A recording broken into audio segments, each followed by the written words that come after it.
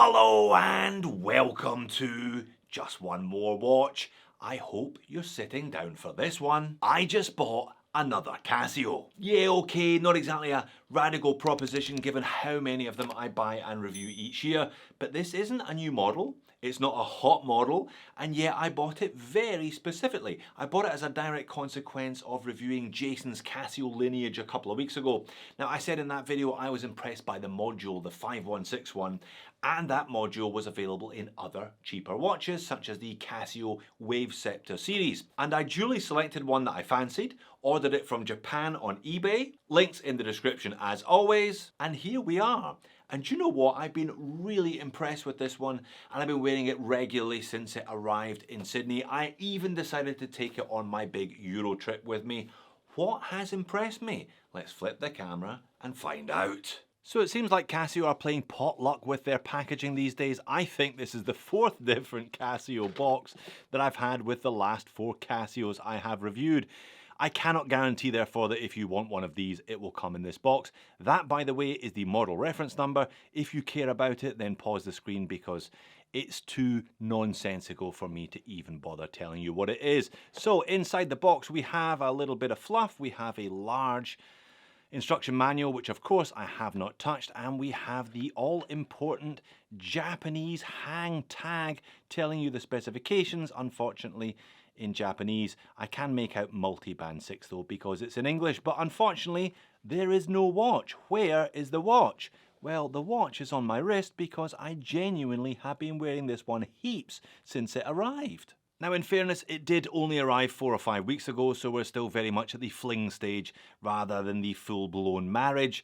And I do have a tendency of wearing watches a lot before the review and then kind of forgetting about them afterwards, but I think this one has got a reasonable chance. I've been wearing it a lot because of certain features that it has that I really appreciate. What are those features? Well, it's incredibly light, it's incredibly comfortable, and it has a incredibly powerful LED backlight. I will show you that in a dark room shortly. If you want to dip your toe into the Scepter waters, you're not short of options. As you saw, this is a Japanese domestic market product, but it is now available from so many different vendors on eBay. It's not as exclusive as it used to be. There are all digital versions. There are Digis like this one. There are multiple register versions. I chose the one that I chose quite specifically though because it had that integrated band. Plus it was a 3-hander. Plus, I quite enjoy the black and gold look, but as you can see, there are plenty of them around if you fancy something other than what I fancy. Let's do dimensions and specifications then, and one of these numbers is the key to why this one wears so fantastically. It's 42mm across the diameter. It's a kind of a diagonal diameter with this one because there are 3 pushers and there are a couple of small winglets. 12.3mm thick, which is not too bad. Lug to lug, I'm going to call it at 48. Lug width is not applicable though because this is very much an integrated band. You're not going to be swapping it out for anything else. Now, the weight, 44 grams.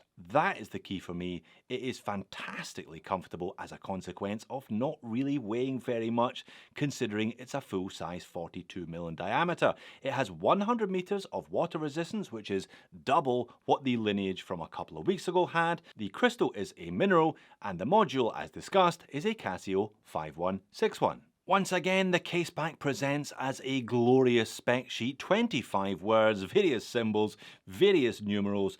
I just love Casio for doing all of this. So 5 alarms, illuminator, world time, Scepter, multiband 6, tough solar, etc, etc, etc. And the module, as always with these Casios, 5161 is in that little rectangle there. If you need to look up an instruction manual online for your Casio, it will always be, the module number will always be in a little rectangle on the case back. It also handily tells you what the buttons are: mode, light, and search. Now, unlike the Lineage that I looked at a couple of weeks ago, this one is made almost entirely of plastic. There's obviously some metal here and there, but the case is made of plastic. It looks like getting a 2-piece sandwich here as well. I do like that colour though, kind of golden bronze gunmetal, goes nicely with the gold tone hands. Now, this resin band, It's not as firm. It's definitely got more flex. It's more compliant than the band you would get on a G-Shock, for example. Another reason why it's so comfortable, but I suspect it's not going to last quite as long, therefore, as you would expect from one on a G-Shock.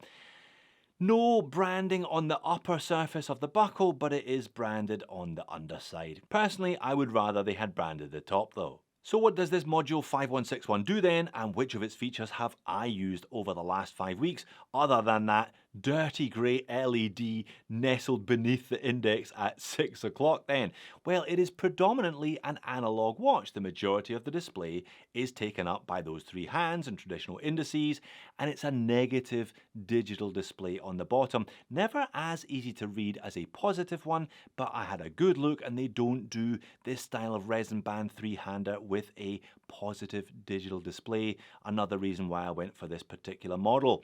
That means it's kind of an analog watch with bonus features, and that is how I have used it. You can cycle through here, ticking second hand, next press and you get a duplication of the main time but in digital format. Next press you get the day of the week and the date of the month. Now you can adjust that to be in German, French, Spanish, Chinese or Japanese characters there. You get the numeral but you also get the day of the week in a character, which is nice.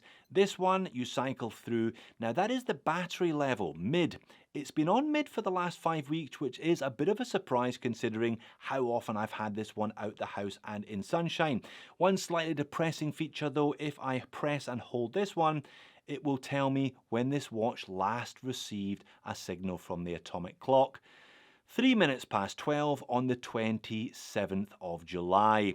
Now I bought this one on the 21st of July. It did take them a week or so to post it.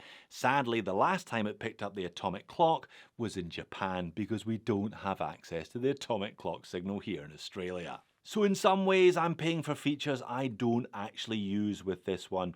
That's why I took this watch to Italy and to the UK with me on my holiday, because I want to see this radio controlled thing in action. I want to see the watch automatically jumping between time zones. Anyway, back to mid, press it one more time, world time. You've got the usual Casio selection of 1,000,001 world cities. If you have one particular second city that you have concerns with, you can have it stored as the second city, Bangkok there. The time in Bangkok currently is 3 minutes to 1. Next up you have alarms. Not just one alarm though, you have 5 alarms. You can turn the signal on and off there as well. Then you have a stopwatch. I haven't used the alarms, but I have used the stopwatch feature. Now you press the bottom right to activate the stopwatch and you think it's only measuring down to 1 second. You press it again to stop though, and it will tell you that it has measured 5.9 seconds. So it is measuring down to 1/100th of a second. It's just not immediately obvious. One more push and it's got a countdown timer. Again, I haven't used this one. It's set default at 5 minutes from the factory, and then you're back to the home time. So for me anyway, those bonus features, if you will, day, date, ticking second, and stopwatch. I have used all of those features, but not any of the others as yet. Now there is a little bit of lume on the hands and on the indices. It's stronger on the hands than in the indices. Casio use their proprietary Neo Bright lume in all of their watches. Kind of double handling here a little bit because of that LED. I maybe understated how good this LED is. In the Lineage review, it's pretty fantastic. It illuminates the entire dial, no problem at all, with one simple push of the button. My son is now 18 months. The bugger is not sleeping through the night though, so I am up several times to give him a bottle, to give him a cuddle, to give him a few stern words, or a combination of the above. So I've been using this one as my night watch. That LED has come in very, very handy indeed. And that's it on wrist. I have a 7-inch wrist for your reference if this is the first time you've ever watched one of my videos, because I say it in every video. I will show you it on my larger right wrist in a minute or two though. I think it fits me well, but I think it fits my right wrist slightly better because of that integrated band and the large diameter dimension, but it is incredibly comfortable. It's really nice.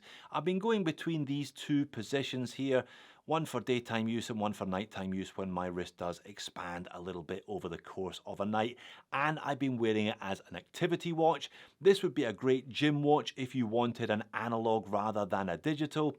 I don't go to the gym, but I do go to reformer Pilates with a bunch of old ladies several times a week, and I've been wearing this one because it's light, it's unobtrusive, and I can get it to sit exactly where I want to. It doesn't interfere with my wrist therefore. That's the overhead shot. I think legibility is pretty good because of the gold hands against the black dial.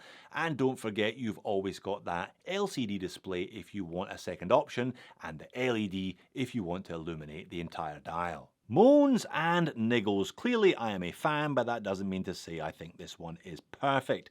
Negative display.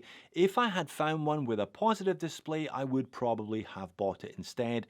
Never quite as easy to read because it is pale against dark numerals rather than the other way around.